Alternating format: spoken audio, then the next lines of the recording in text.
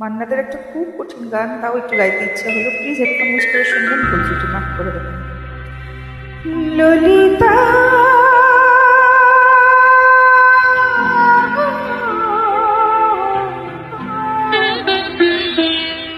ওকে আজ চলে যেতে পারা, ললিতা ওকে আজ চলে যেতে পারা। ও ঘাটে জল আনিতে যাব না, যাব না। ও ঘাটে জল আনিতে যাব না, যাব না। সখী অন্য ঘাটে চল না, ললিতা ওকে আজ চলে যেতে পারা।